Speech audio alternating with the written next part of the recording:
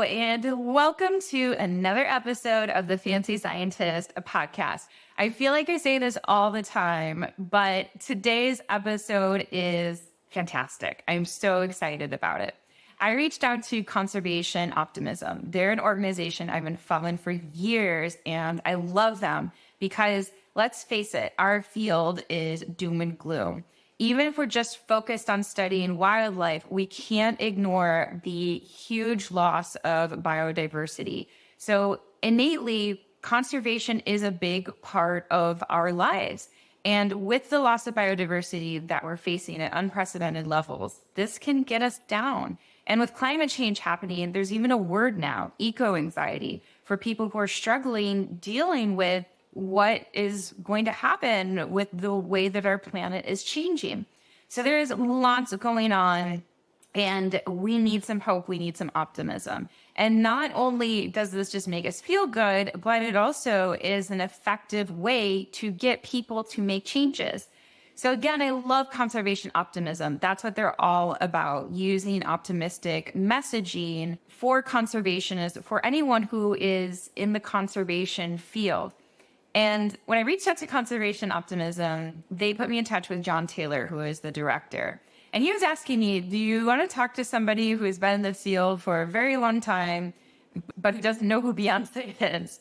Or do you want to talk to somebody who's young and they know who Beyonce is? I thought this was so funny. And I was like, Beyonce is actually like my favorite artist.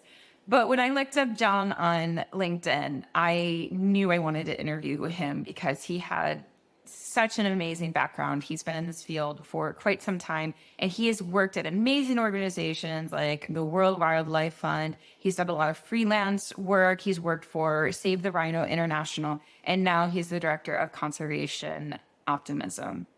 This is such a great podcast about really that any conservationist needs to know, whether you're doing it, like I said, professionally, or you just care about our environment. How we talk about things matters. So in this podcast, we talk about things like messaging, the importance of having optimism in our field.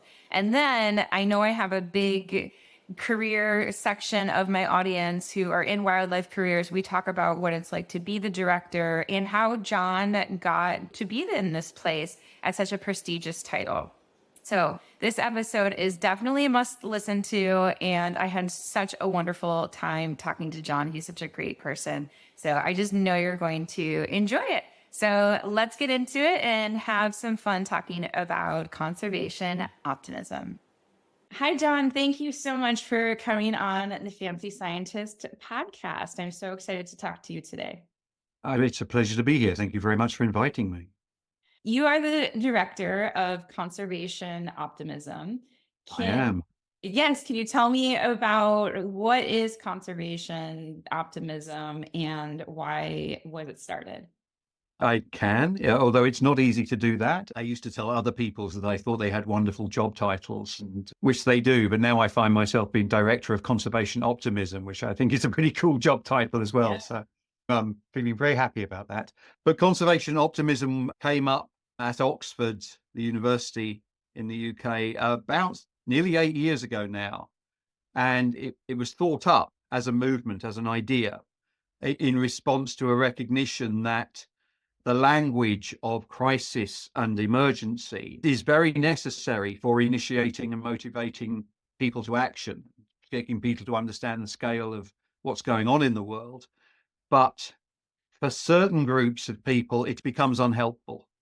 There's a group of people, I think, who understand that there is an emergency, there is a crisis, whether it's climate crisis or biodiversity crisis, and would like to respond, but they don't know how. They're thinking, what can I possibly do? How can I get involved in this? I understand things are going wrong, but what could I possibly do? And then there's another group of people, mainly in our business, in the science business, and the conservation business, who are very much aware of what's going on, and they are doing everything they can. And having somebody yelling crisis, emergency at them all the time can be debilitating. It can wear people down. Christiana Figueres said very recently that the despair is a perfectly understandable response to what's going on, but it robs us of agency. It makes us vulnerable to mis and disinformation. I won't quote her directly because I can't remember it, but it robs us of our best capacity for power. Hope is so important. It's so enabling as something to keep us motivated and to keep us moving forward at our best. And we need to be at our best. When we're being technical at conservation optimism, we're often out talking to people about communication and framing and language.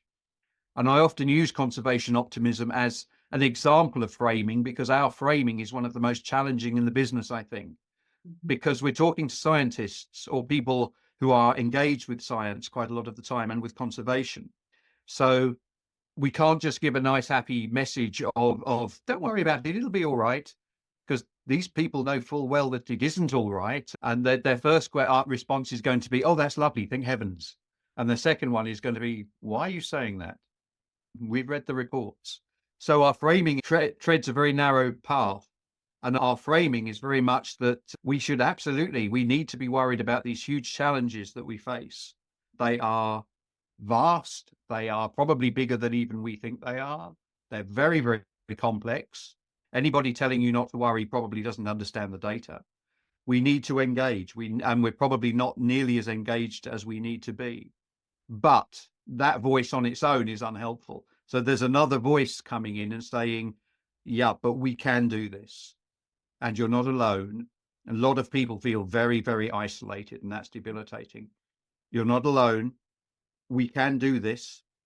We're all together. And if we work at our best, we work at our most collaborative, and we resist the danger of despair and anxiety pushing us backwards, there is absolutely a place we can get to in the future. And it may be a couple of generations ahead, but there's a place we can get to that is diverse and it's rich and it's healthy and it's sustainable and it's a good place. And we can get there. There are viable paths from here, despite all of the bad stuff going on in the world at the moment. There are viable routes to get there. So we're not saying to people, don't worry. We're saying to people, really, you should be worried, but the worry is worth it. We can do this. And it's absolutely worth keeping going. And that message time and time again, you're not alone. We're doing this together. And I genuinely believe that's true. I'm a more rational, evidence-based scientist than most. You have to pick your own hope, and it's different for everybody. But for me, the thing that stands out is the thing that President Obama used to say to people, that if you had to pick any time in human history to be born, and you didn't know where you were going to be born in the world, you'd pick now. Yeah. You'd pick the under 5 mortality is lower than it's ever been. As a child born into the world now has more chance of being overfed than underfed. And you think, despite all of the Ukraine and all of the other stuff that's going on in the world, climate crisis, biodiversity crisis, COVID, and all these other things, cost of living crises in many parts of the world, we still managed that. We managed to value the lives of children and the way we can recognize poor people, even if they look very different from us in very different parts of the world.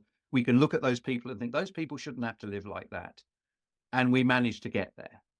And I think in 100 years from now, we will absolutely have added the place we live, looking after the place we live, to those list of things that humans really care about, fundamental things that we care about. I think we'll get there.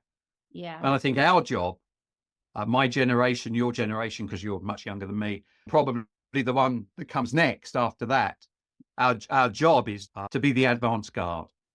We have to hold the line, limit the damage, whilst the rest of the world catches up. But I genuinely think they will catch up. So I am genuinely optimistic.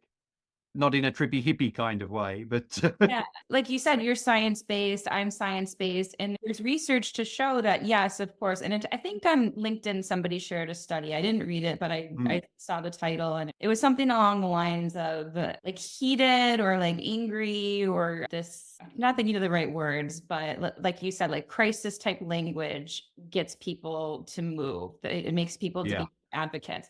But you're right, there's a huge sector of the audience.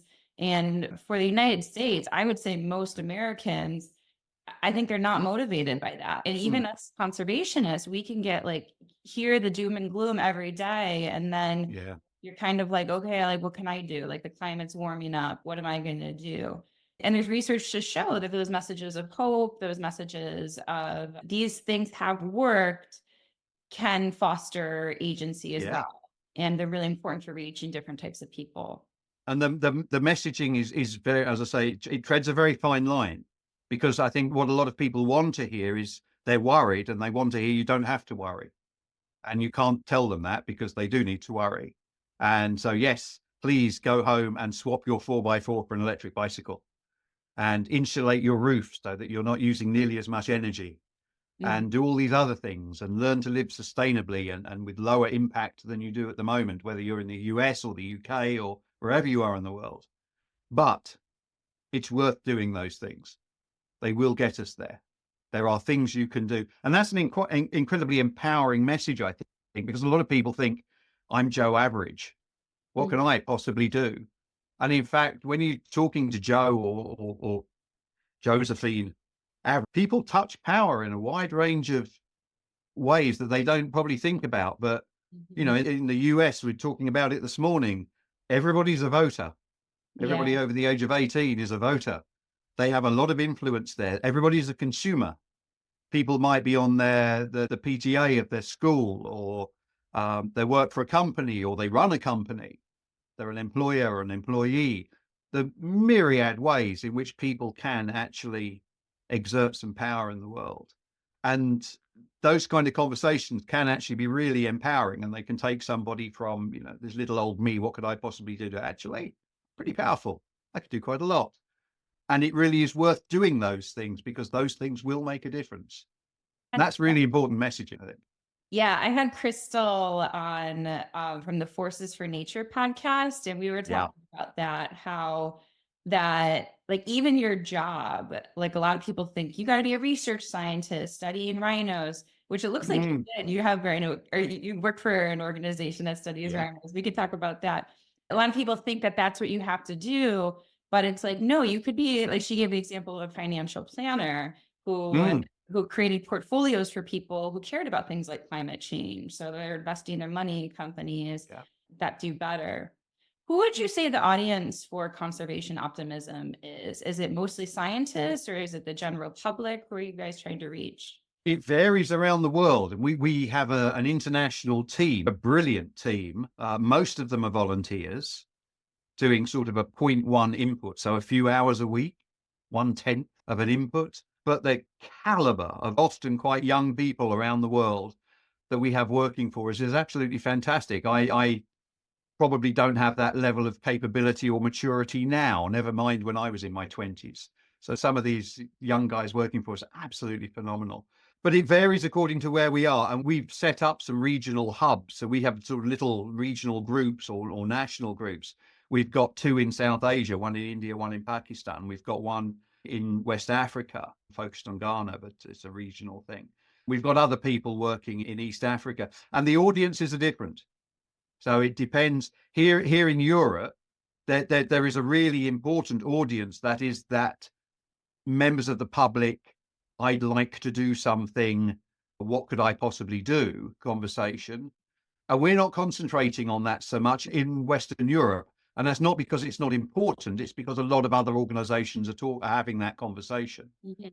So we're concentrating more on talking to the conservation community, and trying to get them both engaged, but hopefully and optimistically engaged at the same time. In other parts of the world, there aren't that many organizations having the public conversation, the what can I do conversation. And so I'll take Pakistan for an example. They're focusing much more on a public audience, and they're focusing much more on a younger audience, because there's a generation coming through that is really inspired to do something about the whole global environmental crisis. And there aren't that many organizations talking to that very important audience. So they're engaging there. West Africa, again, there's far more of a public audience. So it depends where you are in the world. But there are two key, if I was to sum up our audience, it would be anybody who's engaged in conservation. Mhm. If you're not engaged, then we need to have that, there's a crisis, you need to get up and do something conversation.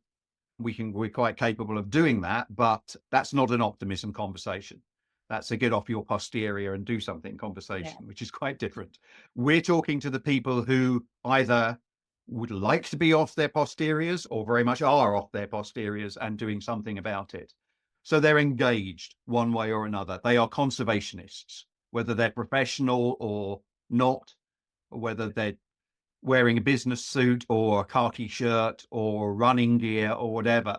If you're trying to do something about it, or you really, really would like to be doing something about it, then you're a conservationist in our book, and we're talking to you. Yes, that's great. You talked about messaging, Ye- and not everyone out there might know what you mean Yeah. by messaging. And scientists coming from a science background, Mm. you think that, oh, you just do the study and you give people the results and then they're convinced, they're changing their mind. And I literally learned about messaging from politics here in the United States. I read this book called Don't Think of an Elephant, and I learned about how the political parties use messaging.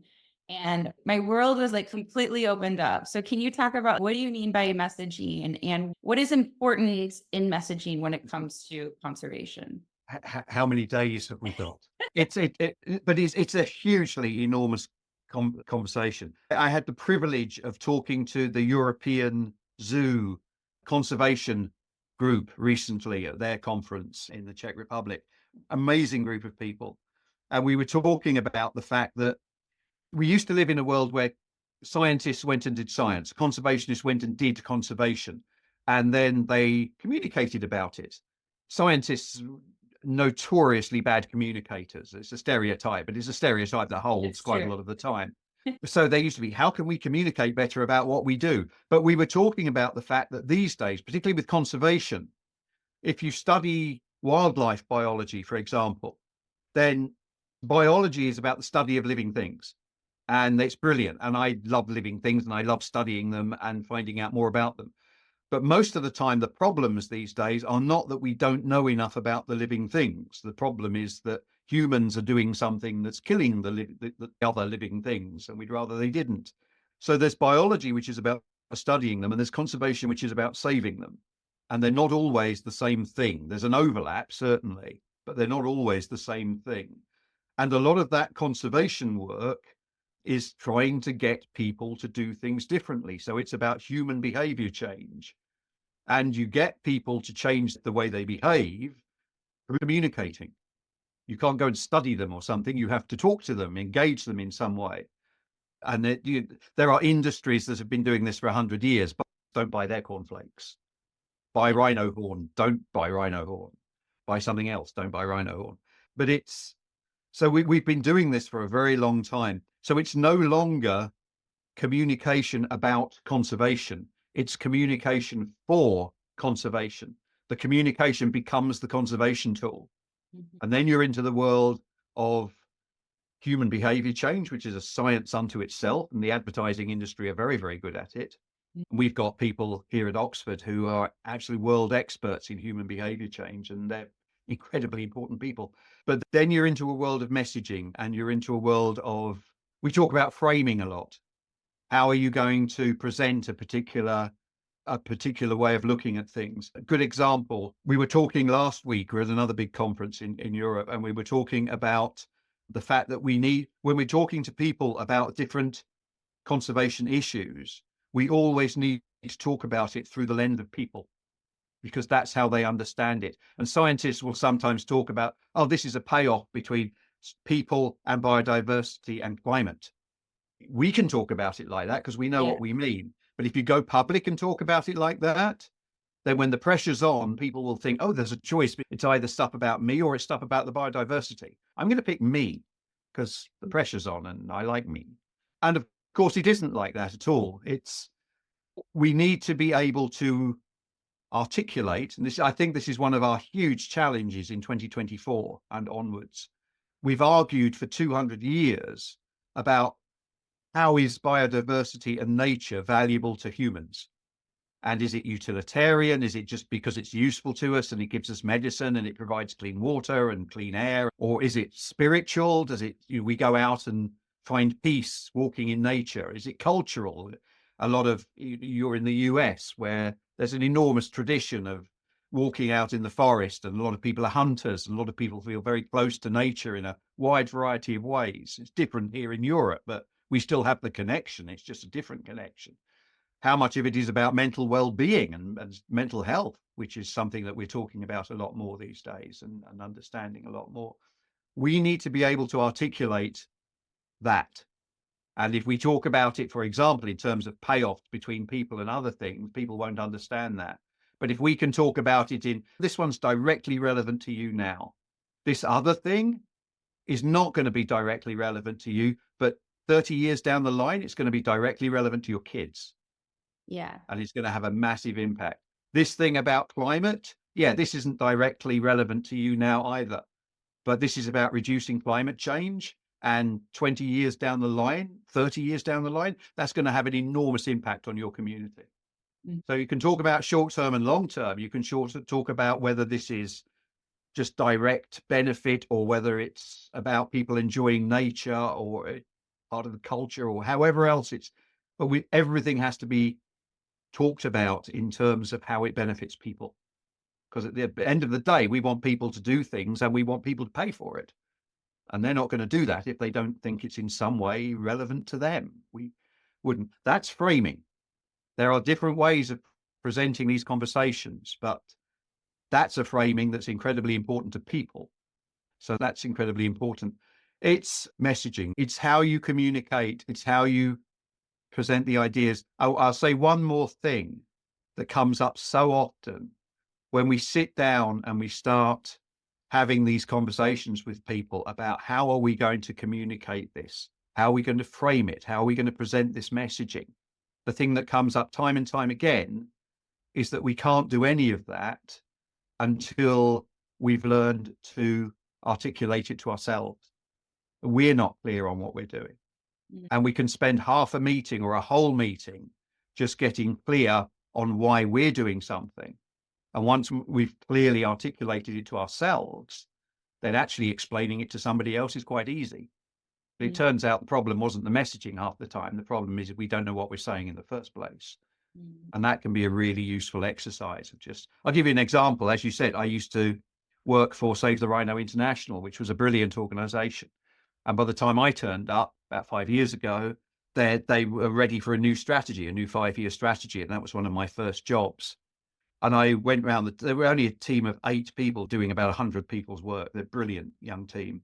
But we just went around going, why do we save rhinos? Why do we save rhinos? Why do we save rhinos? There's 8 people in the team. We got 8 different answers. And we took quite a long time working through this until we came up with a form of words that we were all happy with that just explained to the rest of the world, actually, why is it we save rhinos? And once we'd articulated it to ourselves, then talking about it to other people was quite easy. So I want to know the answer now. I can't remember it off the top of my head, but well, I can have a stab. We save rhinos because they're magnificent was the first line. They're brilliant. They're amazing animals and they're amazing ambassadors for the beautiful places that they live in.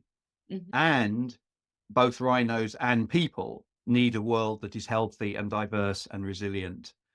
So we managed to get the utilitarian message in there that we all need a healthy world, and rhinos are part of that healthy world, and flourishing ecosystems are part of that healthy world. But at the end of the day, people don't go to a zoo and look at a rhinoceros and say, oh, look at that wonderful umbrella species. What an important part it plays in the ecosystem. Right. Now I love it. They don't go and look and say, oh, what are those magnificent ecosystem services that are being provided by that wonderful African veldt. Right. People go to and see a rhino because they're beautiful, because they're magnificent. And capturing that, as well as the other really important points about them being keystone and umbrella species and being part of we all need this thriving ecosystem, was really important to us. And then it went on to capture exactly what we were doing in the world and how we were trying to help. But trying to articulate in one sentence, one paragraph, why should we care about elephants? Why should we care about rhinos? And I live in a country where my ancestors shot anything more dangerous than an angry rabbit about 300 years ago.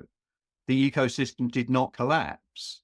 Yeah. We have too many deer, and occasionally we have to go out and do a deer cull, which is not the worst, it's not a terrible hardship for people in the 21st century. Lots of people dine out on venison for a few weeks afterwards. But the animals are beautiful, and they speak to us. And we love the fact that now in Europe, where we're rewilding more, there are more bears and more wolves and more lynx than there used to be. And yes, these animals are potentially dangerous, but most of the time they steer well clear of humans, and we don't get terrible problems with people being eaten by bears and wolves. It's not a real issue at all. But it means a lot to people that these magnificent animals are back. And it's nothing to do with the value of the ecosystem or anything else. It's somewhere in here. But if we can't articulate that, we can't explain it to other people. And I'm Yeah. not sure. I think they're amazing. I love them. Yeah, no, me too. And I think it's hard for scientists as well, because I think we're afraid we won't be taken seriously. It's like Yeah. when I tell my students, if they're reaching out to potential advisors or if they're writing a personal statement for a grant or something, I studied elephants. And the reason why I studied elephants was I was just drawn to them. I thought they were really cool. And yes, like I do think they're socially complex and intelligent and everything, and that made me interested in them. But the main reason was I just like them, and they're, like I said, Yeah. they're cool. But I was like, you can't write that in your personal statement. You can't reach out to a potential advisor and say that. You have to give the scientific reasons. But you're right. But it's such a shame. And Yeah, in all seriousness, if we're trying to persuade people that protecting the global ecosystem is really important, it's going to need money and time and investment. And if we can't articulate the fact that not only is it worth trillions of dollars in terms of ecosystem services, but it's also worth, we can't even put a word to it, yeah, but something much more to us as humans, then people will protect things when they understand the value of them. And if we as scientists can't really find the words to articulate that value, then how can we expect other people to take it into their hearts and start really thinking, no, this is important to me, I have to value it. exactly. So I think the message has to be, this world, this beautiful natural world, is incredibly valuable, and we must look after it, even if that costs us some money. But if we can't explain to people why it's valuable, then we better go and work on our messaging. Yes, definitely. You have a very prestigious title. You're a director. Can you tell us what that means? What kinds of things do you do? What is a typical day like? I'm sure there is no typical day. There is no typical day. Yesterday, I was at I don't know whether you've heard of the Earthshot Prize scheme to give prizes to people who are doing amazing environmental work. They had a thing in London where they were bringing together some of the people who won the awards to talk about the impacts of their work. Very interesting, very inspiring. And Conservation Optimism is one of the organizations that nominates people for the Earthshot Prize.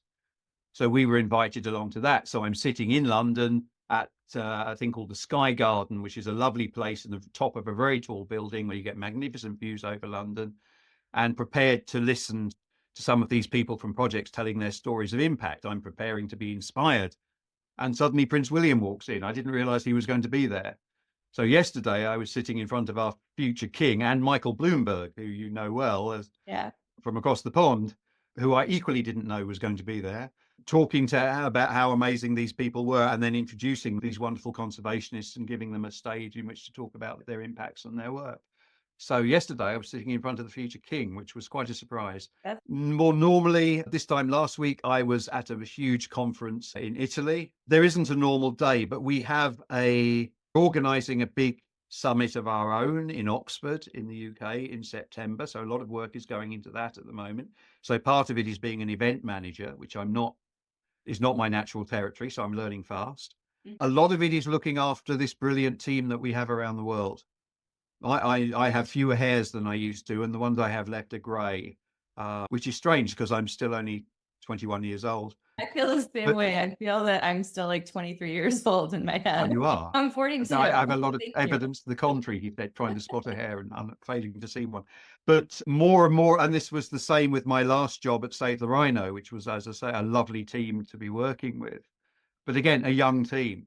So a lot of it these days is trying to support and mentor the next generation of conservationists. So that, which is an amazing thing to be doing, because a lot of them are so absolutely brilliant. And to be doing that in the context of the University of Oxford, I don't know whether you've ever been to the university there, but it is Hogwarts. It just looks like Hogwarts. Bits of Hogwarts were based on Oxford University. If you see an owl flying past, you wouldn't be at all surprised. So it is a lovely atmosphere in which to be talking and supporting these incredibly talented young people who are just as passionate as we are, if not more so, about taking conservation forward, but also worrying. Yeah. A lot of the younger guys have a lot of anxiety, and getting that messaging forward of, yes, there's a lot of work to do, but don't give up, guys. We can do this. We're pretty good at this.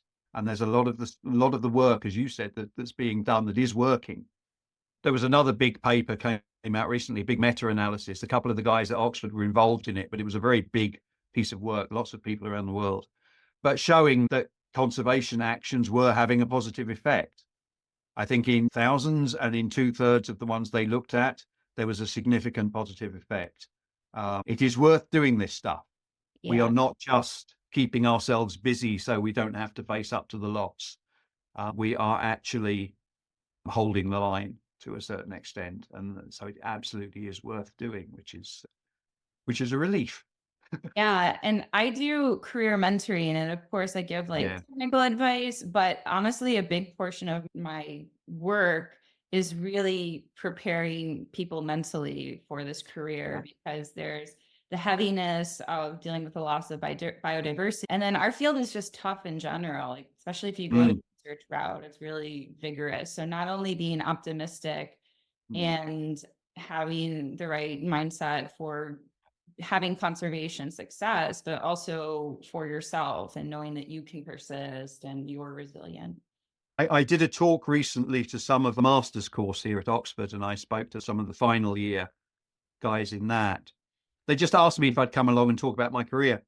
And I was saying to them, I grew up in a poor part of North London here in the UK, which sounds great. People think of poor parts of London, they think of Mary Poppins and sort of cheeky cockneys dancing around on chimney tops, and people who maybe don't have much money, but they're cheeky and they're crafty Yes, and they'll the get through chimneys. one way or another. Poor areas are not like that. And it's exactly the same whether it's London or New York or Chicago. People don't like living in poor areas. So the people who have some get up and go tend to get up and go. Yeah. And if you're growing up in those areas, you're not surrounded by stories of people who have been to university or traveled the world or done these things. You're surrounded by the people who stayed. So there tends to be a poverty of aspiration as well, and a willingness to put up with living in poverty rather than any kind of hoping for anything better. So it's a difficult for a kid who's crazy about wildlife growing up in a place where there isn't any. You're not surrounded by people who have any experience of this, or say, oh, you can go to university, or you can go and work in Africa, or you can do these things. I remember the first time David Attenborough appeared on the telly and thinking, yeah, I like this man. He understands. I want his job. All he has to do is fly around the world and tell everybody else how brilliant it is. Well, I can do that. But my particular career has very much been one rung of the ladder at a time. I was the first person in my family to go to university, and it wasn't a big prestige. I didn't go straight to Oxford. I got to Oxford a few months ago at the age of 21, and quite a lot. But so you do it one rung of the ladder at a time. And I think and then you get to a particular rung of the ladder and you look at the next one and you think, maybe I could do that. And you just keep going. And I was saying to the guys, the only things I can claim is that I kept going and stayed curious. And suddenly you've been doing it for 30 years and you can look back and think, actually, I did some really interesting stuff there along the way. I've lived in Africa and Asia for many years working on long-term projects back in the days when there were such projects around. And I worked for WWF on climate change for 5 years, and I've worked on elephants and tigers and coral reefs and various other things, and 5 years to save the rhino more recently, which was brilliant. But if it looks like a wonderfully planned career I promise you, from the middle, from the inside, it didn't feel like that most of the time. Sometimes you see a great opportunity and you go for it and you get it and you think brilliant. And other times things don't work out, so you take another path. And there's quite a lot of imposter syndrome and quite a lot of self-doubt, but you keep going and you work your way through it. And the number of people I've had similar conversations with in the last couple of years, and people have nodded along and said, yeah, actually, there's a kind of, I think a lot of people have an Instagram version of their career, and then they have a real version of their career. And the Instagram one of mine would look quite nice. There's some good photos along the way. But the reality of it, some of it's been absolutely brilliant, and some of it's been, what on earth am I going to do now? And then something eventually comes up and you go for it and make it work. But yeah, so it's quite a journey. And if I'm talking to young people today, my advice is just keep going, never stop being curious. That's what makes us scientists. It makes us researchers, whatever we are. And don't assume that everybody else knows what they're doing and you don't, because I promise you, some of these people you look at and think they've got 30 years experience, they didn't know what they were doing either. You said you mentored. With that people don't always know what they're doing, that they think they're. Yeah, just like one of the advice I had received for when I was applying for jobs that I didn't feel qualified for. I was qualified, but I didn't feel ready for, is that like you grow into the job that you have and that you learn along the way. I think I was listening to something and it was talking or reading something. It was talking about conservation decisions. And the upshot was that even these people with like years of experience and everything, that they kind of made decisions more from their gut and their feeling about things. And of course that comes from experience and everything, but it wasn't like a concrete answer. And I thought that was really interesting. Yeah.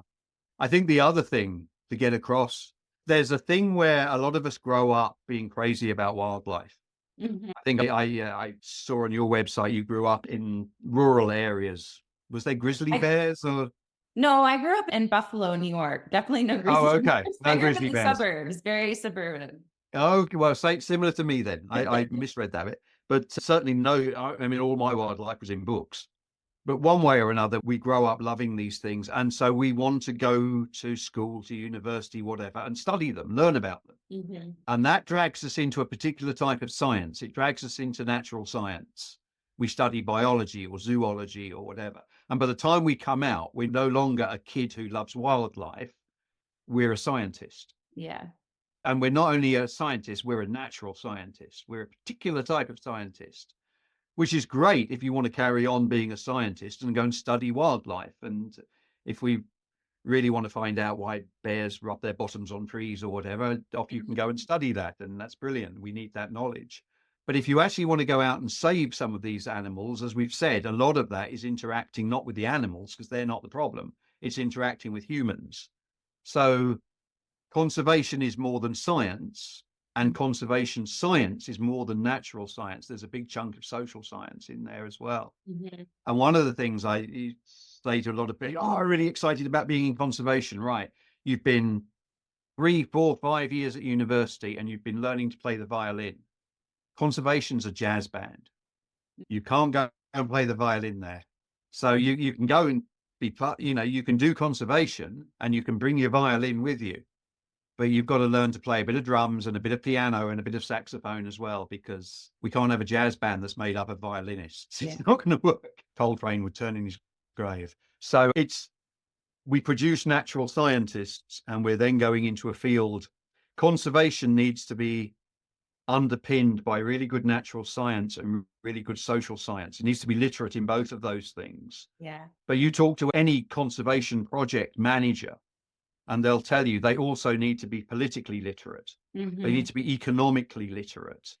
They need to be able to have a conversation about human livelihoods and how you can get people to live better lives and develop the way out of poverty and into affluence without unsustainably utilizing their natural environment. And that's not natural territory for a natural scientist. Right. Yeah. And then you're engaging with politicians, and the next day you're engaging with another group of stakeholders. Messaging, you've got to be a communicator. So you have got to have all of these multifaceted skills. And there is, I think, a certain amount of tension, perhaps, between a lot of people who come out as scientists and then they want to do conservation science, and sometimes feeling a tension between wanting to do research and publish papers and being in that world, but at the same time wanting to be out in the world out there where there are lots of human beings that are very complex and live complex lives, and you're trying to persuade them not to overexploit the river or not to overexploit the fisheries or not to whatever, whilst at the same time they'd very much like a better income and to get their kids through school. Thank you very much. Yeah. That's a complex world. So trying to get people to embrace the complexity and the multifaceted nature of projects out there in the real world where there are humans Yes. is. I know we're running out of time, so just one last question. What would you say to people who are suffering from eco-anxiety? How can they help alleviate that or cope? I would say two things. I would say find your own hope, because it's different for all of us. We did a thing at the conference last week where we had a little whiteboard, and at the top we'd written, "I'm an optimist because," and we got them to write their own message up, and we took a little photo of them, and we ended up with a photo board at the end of the week. Lots of conservation scientists all saying why they're an optimist. And there were as many different reasons as there were people. And it has to be real, and it has to mean something to you. So recognize that hope is really important. Without hope, you're going to find it very, very difficult. Find your own hope. Is it emotional? Is it from your gut? Is it from your head? Mine's from my head, but not everybody's is. But find it and hang on to it, because it's really valuable. But then I would share with them mine, that I genuinely think we're going to do this. I think we've overcome lots and lots of problems despite the human silliness in the world. We've managed to alleviate not all, but an awful lot of poverty. We've 8 billion people on the planet, and yet we've got the lowest levels of relative levels of poverty that we've ever had. That's an amazing thing, and we'll do this too. So while you're looking for your own hope, borrow a bit of mine. We can do this. You're not alone. We're going to do it together. We're pretty smart, and we're going to get there.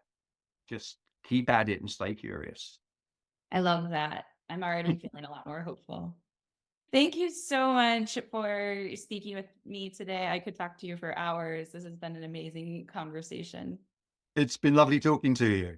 It's a pleasure to meet you. Absolutely. It's a pleasure to meet you too. Thank you so much. Thank you. Bye-bye. Thank you so much, John, for this amazing conversation. I feel so privileged and lucky to be able to speak to somebody with so much experience. And this is a topic that is a huge priority for me and that I simply find fascinating. I really mean it when I say I could talk to you about this for hours.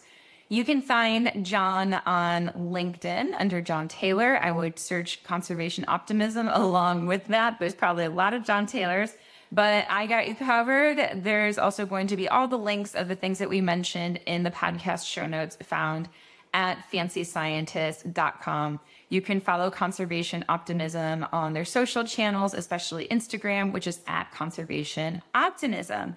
And if you love this episode, please share it. Please spread the optimism, help others feel good. And then don't forget to rate and review this podcast wherever you listen. This really helps people find it. And if we're looking to spread the word of conservation, we need to help people find this podcast and Conservation Optimism as an organization. Thank you guys so much. Spread kindness, spread optimism, be kind to each other, and be kind to animals. Thank you so much for watching. I really appreciate each and every single one of you.